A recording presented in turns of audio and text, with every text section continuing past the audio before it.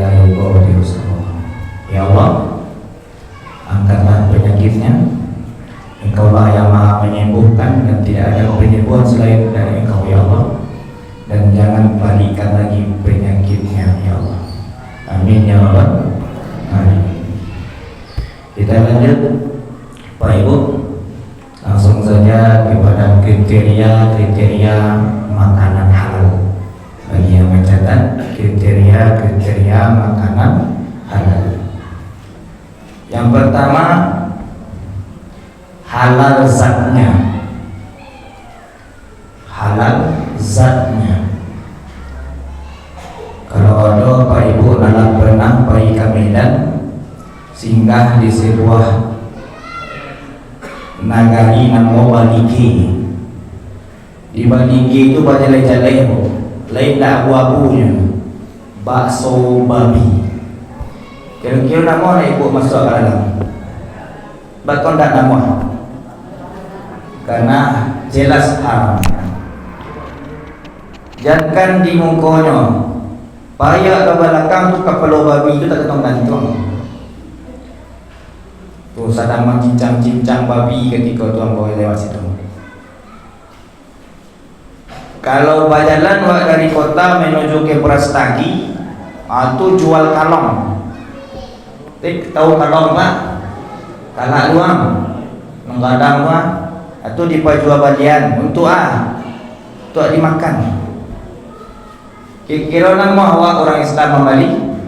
Tidak, karena jelas zatnya haram. Jelas zatnya.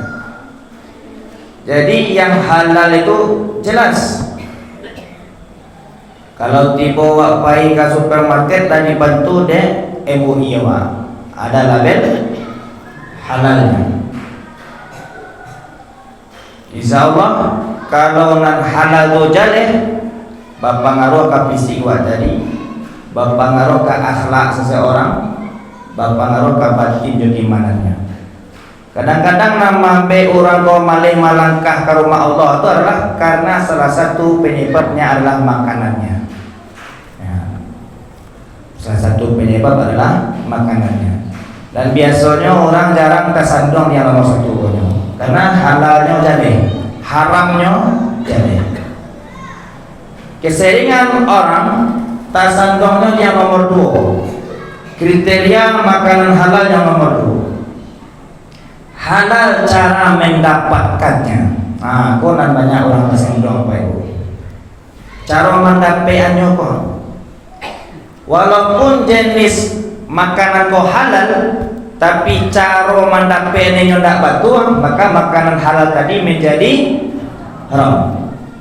Contoh, wak tes P3K lah misalnya, bagi guru-guru. Alat patui di giliran awak tes tu, awak di urutan nomor 1 di tahun kau lagi giliran awak masuk untuk ke dunia kerja di bidang guru. Ternyata panitia berpikiran lain, dimasukkan guru siluman ke dalam. Dengar tu guru siluman ni ngerti ni ngerti Pak. Tak satu yang tes tu, tapi masuk ke dalam. Kau guru siluman mana? Ikut kejadian mana lah demo orang di Binjai, daerah Sumatera Utara. Guru siluman kau nyetem panekat sampai nan guru nan peringkat nomor 1 tadi belum. Kan lucu jadinya. Bakok bisa guru siluman kau masuk ar-rasi wal murtasi, suap menyuap finnar di neraka. Nah, do Nabi menyebut pada soal sampai besok di neraka langsung ancaman keras finnar di neraka. Orang nan kesehariannya bekerja lewat suap menyuap, pitih nan hasilkan untuk pembeli yang halal, makanan tadi, minuman tadi menjadi haram. Kalaulah haram, berpengaruh ke akhlaknya, berpengaruh beko ke akhlak anak nan nyogeh makan. Banyak saja beko pengaruhnya. Biasanya salah satu pengaruhnya adalah yang berhubungan dengan ibadah. Susah diajak untuk sholat, susah diajak untuk berpuasa, pokoknya untuk ibadah susah. Dan suatu ketika kebanyakan pula orang-orang yang seperti ini diberikan oleh Allah berupa pengurangan harta itu lewat sakit. Nah, hartanya yang banyak yang dapat tadi ujung-ujungnya untuk merubah penyakitnya setiap bulan, ujung-ujungnya untuk merubah penyakitnya sekali 3 bulan mungkin. Mudah-mudahan kita jauh dari yang seperti ini. Jelas disampaikan oleh Allah dalam Quran surah Al-Baqarah juga ayat 188. Wala ta'kulu amwalakum bainakum bil batil. Dan janganlah kamu makan harta di antara kamu dengan jalan yang batil. Wa tudlu biha ila al-hukam. Dan janganlah kamu menyuap dengan harta itu para hakim. Nah, mana hakim di sini tidak hanya hakim di pengadilan. Bermakna juga di sini panitia seleksi dan panitia-panitia lainnya kalau ada hubungannya dengan dunia kerja dan segala macam. Litakulu fariqam min amwalin nas, dengan maksud agar kamu dapat memakan sebagian harta orang lain itu bil ismi wa antum ta'lamun, dengan jalan dosa padahal kamu mengetahui. Nah, jelas dalam ini disampaikan bahwasanya kalau jalan batil awak membagi sesuatu walaupun jenisnya halal maka dia menjadi haram. Wak beli baju dengan harta yang batil maka baju itu baju haram. Dibawa sholat maka jadinya sholat itu tak diterima, bukan tidak sah.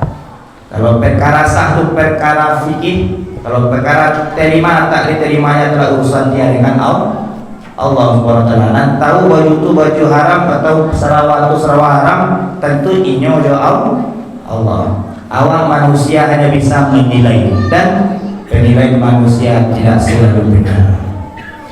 Kemudian yang ketiga, kriteria makanan halal itu adalah halal proses pengolahannya.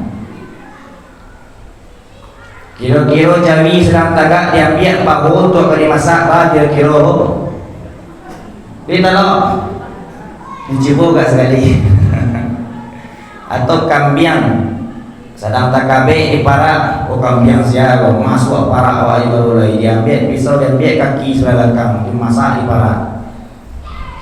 Ini proses pengolahannya bermasalah. Kalau hewan-hewan yang seperti ini harus disembelih dengan menyebut nama Allah, bismillah, Allahu Akbar, selawat kepada Nabi kemudian. Nah, kalau proses pengolahannya bermasalah, maka yang tadinya halal menjadi haram. Jawi yang disembelih tanpa menyebut nama Allah menjadi bangkai. Ini ada 2 tahun belakangan terjadinya di Pulau Jawa. Cukup menghina kita orang Minang juga.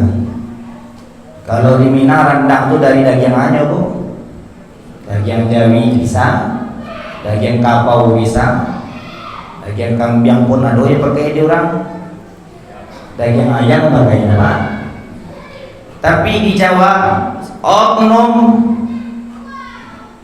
melakukan jual beli rendang dengan daging babi, secara tak langsung menghina masakan khas kita orang Minang.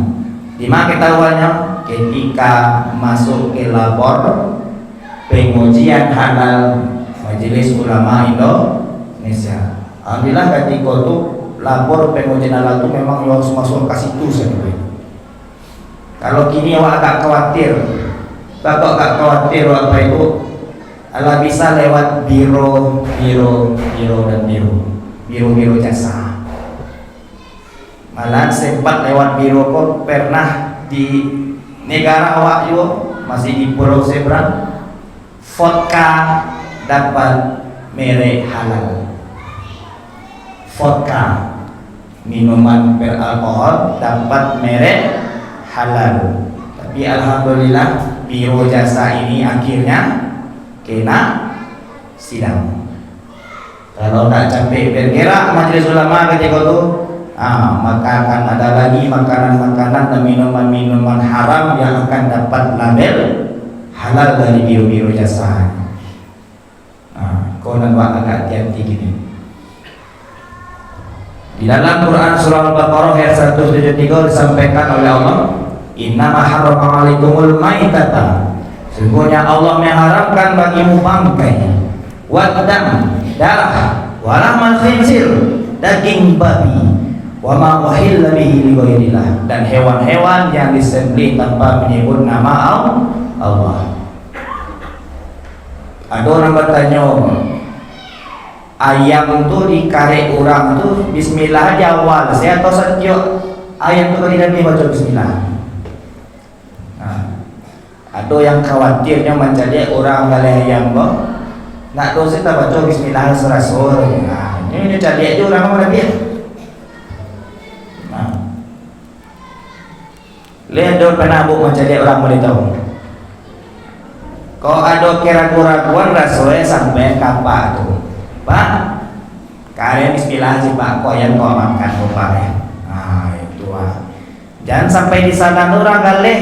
Wih, kau larang kau dia. Kacau aku. Berang orang tu kau. Tak sampai no Jawa. Tapi sampainya dah jadi kalau kau beli ayam tu. Atau ayam tu lah tak tunggu misalnya ragu Pak yang baru Pak ya. Jaleh, baca bismillah kalian sendiri Pak. Awak harus baca jaleh. Nah kadangnya kan tak lupa misalnya. Nah, jadi kalau ada kasus modiko, pasti jaleh orang yang menyembelih.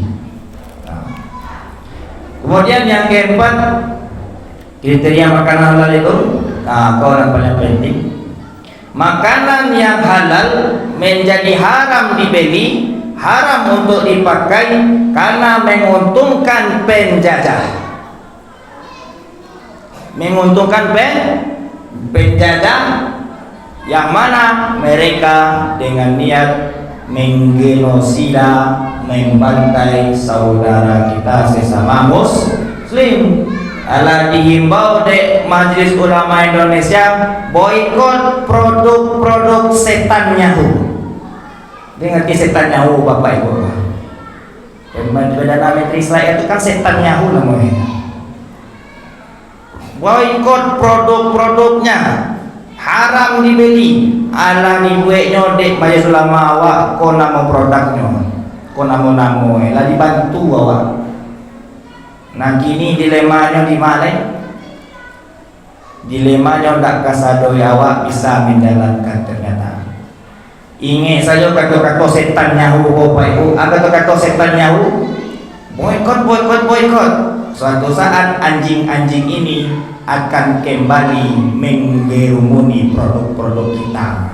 Ini istilah kata-kata. Kita ini dibilang apa? Dibilang wow. Si setan Yahoo. Ingat salah. Tapi mereka lah luar biasa. Begini berkamuflase. Merek Unilever tu lah mulai hilang pula. Tapi walaupun pandai-pandai tupai melonceng, sekali-kali jatuh juga. Maksudnya Majelis Ulama awak Allah memberikan label-label produk-produk Zionis setannya. Tinggal buka Mbah Bogel insyaallah tu konkret dan lengkap itu. Nah, benar Ustaz Yahya nyampaikan di situ dari Pepsodent beralih ke Ciptaden. Pepsodent produk Israel, produksi setan Yahoo. Ciptaden produknya orang Jepang. Jepang punya ya.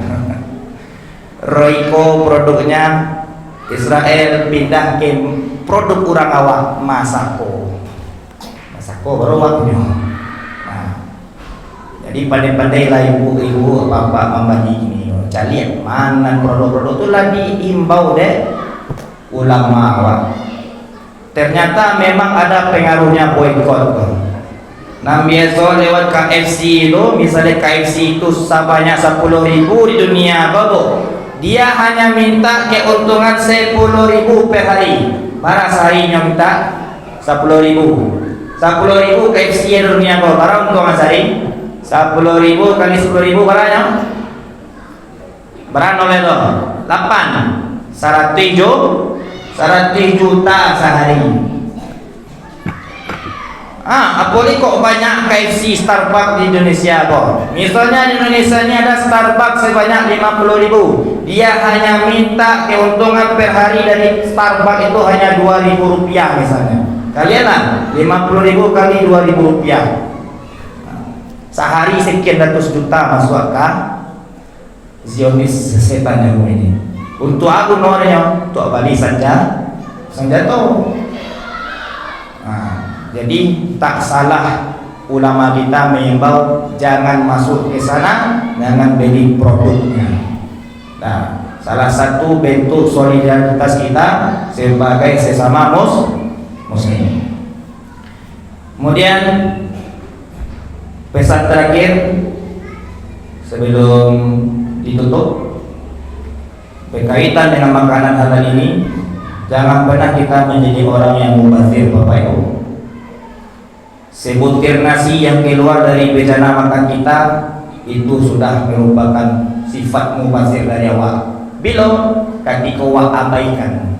Padahal cie nasi nang keluar, cie bare nang keluar di bejana tu kumuh le, tapi wa enggan mambian. Enggan wa ambian. Ko jadeno di bawah jatuh kate jaya mungkin wa ambian le. Tapi nya jatuh ke lantai wa berasiannya. Alun lamu jatuh le, oh enggan mambian. Berarti kita sudah menjadi seorang yang berperilaku mubazir. Iko kalau di acara barale aco kok. Onde aka la jawa-jawa aka tibo siko sageni jeka makannya. Padahal nasi ko ambil lah sesuai jo porsi wa ande sagan jo. Abatan buah yo, jong-jong makan aja. Ndak abi batinggan sasendo bisa jadi pilihan. Abatinggan mungkin gak sasuo itu sama dengan mubazir. Dicontohkan oleh seorang seniman di Indonesia ini. Dia bukan seorang ustadz, tapi dia berikan analoginya. Apa kata dia? 270 juta penduduk Indonesia. Seandainya 200 juta orang berperilaku menganggap remeh sebutir nasi, maka sama saja untuk satu kali makan orang Indonesia mubazir 4 ton beras sekali makan, sampai ton bare 2 kali makan 8 ton, 3 kali makan 2 balik ton, sehari 2 balik ton, 2 balik ton barang pokoknya 2 nak beli. Kok wak ikirim balik kok kata saudara wak baguno olehnya. Jadi mungkin ini juga lah penyebabnya kenapa negeri kita yang kaya ini, alamnya melimpah, Zabur Khatulistiwa ini tidak diberkahi. Mungkin itu juga penyebabnya karena kita banyak mengabaikan sebutir nasi. Kita enggan memilih nasi yang sebutir yang keluar dari bejana makan awal. Bahkan kita sengaja meninggalkan nasi di atas piring. Dek takwi dikancing orang cangok jo cama. Cangok cama ya boleh. Dek takwi itu saja. Jadi kok besok kok ada undang-undangan kok ke mahkamah barale ada himbauan, ambillah nasi sesuai dengan kadar lambung kita masing-masing. Awak tahu jo kadar lambung awak. Jangan sampai desakan-kesakan awak jadi orang yang mubazir. Nah, mungkin itulah pada malam hari ini ya Pak Ibu, kajian kita tentang pentingnya makanan halal ini.